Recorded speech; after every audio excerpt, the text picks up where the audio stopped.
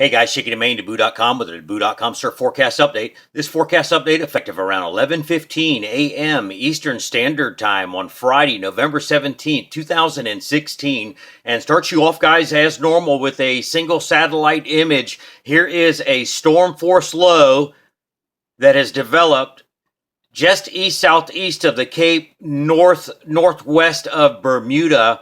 This is that area of low pressure that we have been updating last couple of updates, where models had backed off and was just showing a gale. We now have a storm force low that has developed here. Seas have increased to near 25 feet. And then if you look over here towards the left, central U.S. in here, here is that latest storm force low that is creating blizzard conditions and all of the snow. And then look over here to the left of that over here. So it's basically 1, 2, and 3. And this looks like this is going to be the pattern setting up over the next 7 days or so. A large scale pattern of large areas, low pressure, moving off from the west towards the east.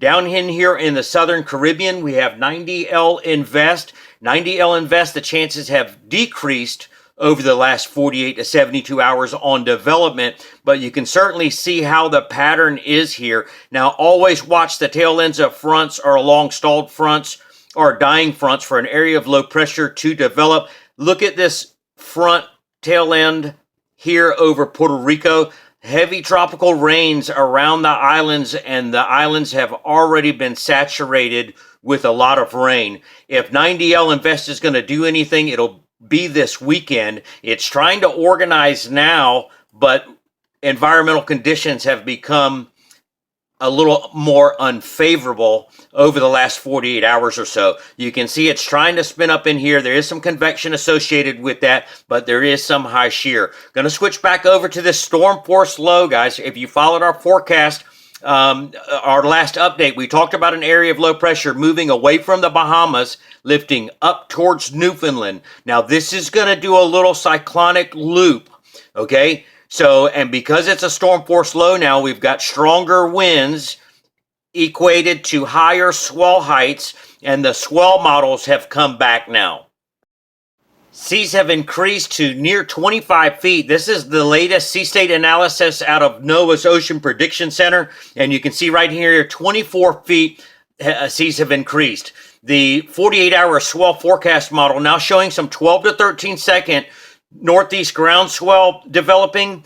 But what's happening with that large scale pattern that we just pointed out, that next area of low pressure that's moving in is going to turn the winds hard offshore the east U.S. coast, and you can already see in here how the swell is now switched out of the west along the southeast U.S. coast. So this is just going to be a quick shot of swell, guys, and unfortunately, it looks like a period of flatness may set in along with this large-scale pattern that has now or looks to be developing.